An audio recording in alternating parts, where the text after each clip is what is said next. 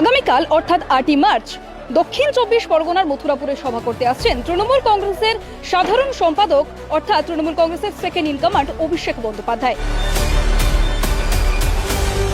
আর তার এই সভাকে কেন্দ্র করে ইতিমধ্যেই প্রস্তুতি পর্ব চলছে একেবারেই জোর কদমে।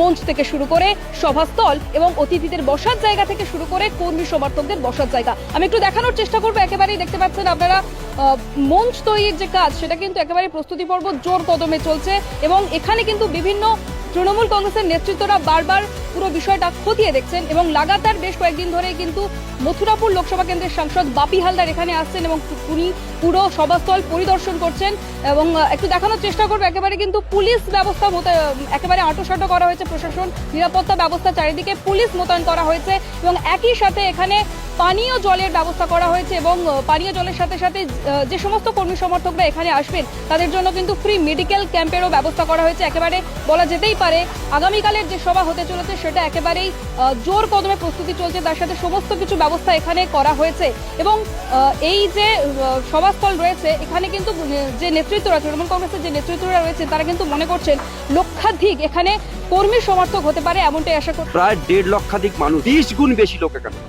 করছেন। এর আগে আপনারা দেখেছেন এই একই জায়গায় অর্থাৎ মথুরাপুরে কিন্তু এর আগেও সভা করে গেছেন বিজেপির পক্ষ থেকে অমিত শাহ এবং তার এই যে সভা তার সবার পাল্টা জবাব দিতে আসছেন একেবারে বাংলার বাঘ অভিষেক বন্দ্যোপাধ্যায় এবং তার এই যে সংগঠন একেবারে বলা যেতে পারে 2026-এর ভোটের আগেই, বিধানসভা ভোটের আগেই এই সভা অর্থাৎ তার সংগঠন হতে পারে এবং এই যে জায়গা সেটা কিন্তু একেবারে তৃণমূলের শক্ত ঘাঁটি, যেটা আমরা জানি মথুরাপুর এলাকা একেবারেই তৃণমূলের শক্ত ঘাঁটি, যেখানে কিন্তু সভা করতে আসছেন অভিষেক বন্দ্যোপাধ্যায়। এখন দেখার এই আগামীকালের যে সভা সেটা কতটা প্রভাব পড়ে 2026 বিধানসভা ভোটে এবং কতটা সফল হয় সেই সভা, সেদিকেই নজর থাকবে।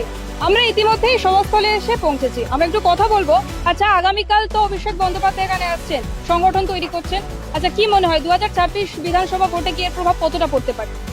দেখুন, বিজেপি সরকার যেভাবে বাংলার উপরে অত্যাচার করছে, এসআইআর নামে যেভাবে বৈধ ভোটার কাটার চক্রান্ত চলছে এবং বাংলা বলা বিভিন্ন ভিন্ন রাজ্য যেভাবে বাঙালিদের উপরে অত্যাচার করছে, আগামী 2 তারিখে অমিত শাহ এসেছিল, আপনারা নিশ্চয়ই দেখেছেন, তারা একটা পাঁচালি দিয়ে গেছে। পাঁচালিতে কোনো মাথা নেই, মুন্ডু নেই, যেটা কিনা আমাদের দিদির উন্নয়নের পাঁচালি, সেটাকে কপি করে সম্পূর্ণ মিথ্যে বলে গেছে। আসল পাঁচালি গিয়ে যাবে আগামীকাল 8ই মার্চ রবিবার দিন 2টার সময় সর্বভারতীয় তৃণমূল কংগ্রেসের সাধারণ সম্পাদক তথা সাংসদ যুব আইকন অভিষেক বন্দ্যোপাধ্যায় আগামীকাল মমতা ব্যানার্জির যে উন্নয়ন প্রকল্প যে পাঁচালি, সেই পাঁচালিটা আগামীকালই গাইবে এবং 2026 বিধানসভার লক্ষ্যে যত এসআইয়ের নামে চক্রান্ত করুক, 250 ব্যবধানে আবার আমাদের সভানেত্রী মমতা ব্যানার্জি গদিতে বসছে।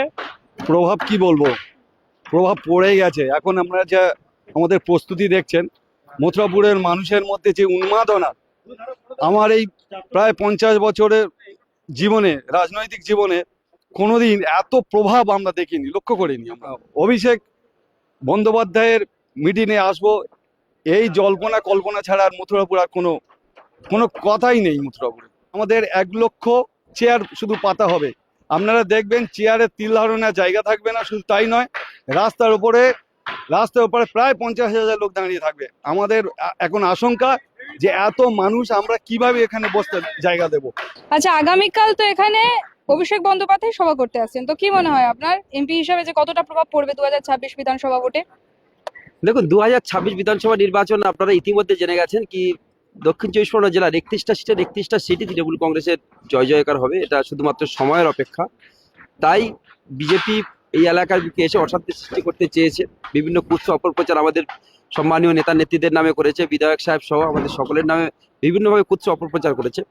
তার যোগ্য জবাব দেওয়ার জন্যই আগামীকাল আমাদের প্রিয় সাংসদ, আমাদের নেতা, সর্বভারতীয় সাধারণ সম্পাদক অভিষেক বন্দ্যোপাধ্যায় আসছেন।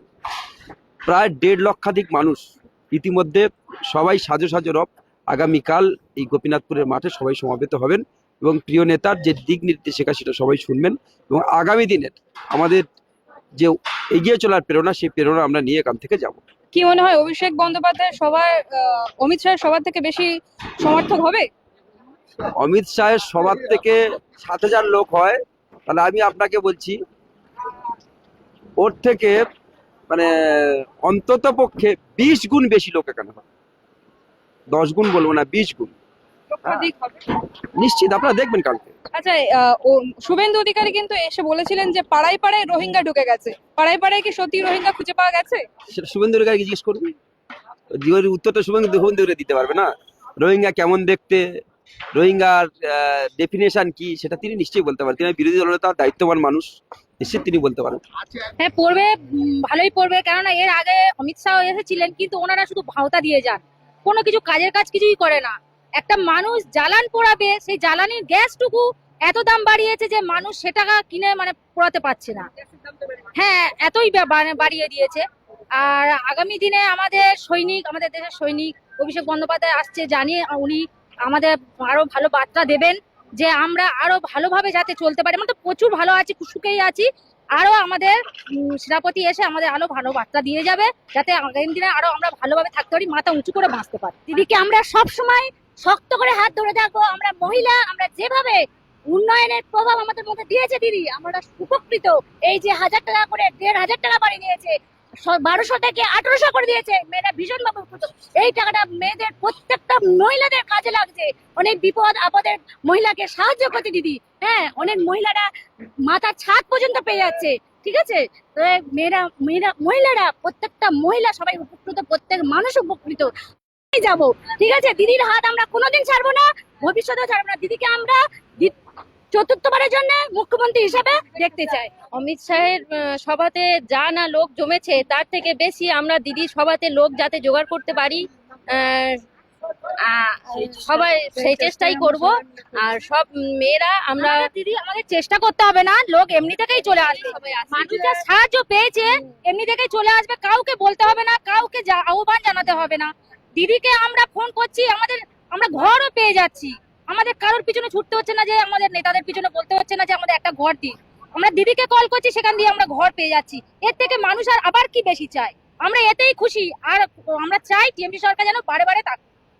যতই পারো হামলা, আবার জিতবে বাংলা। জয় বাংলা।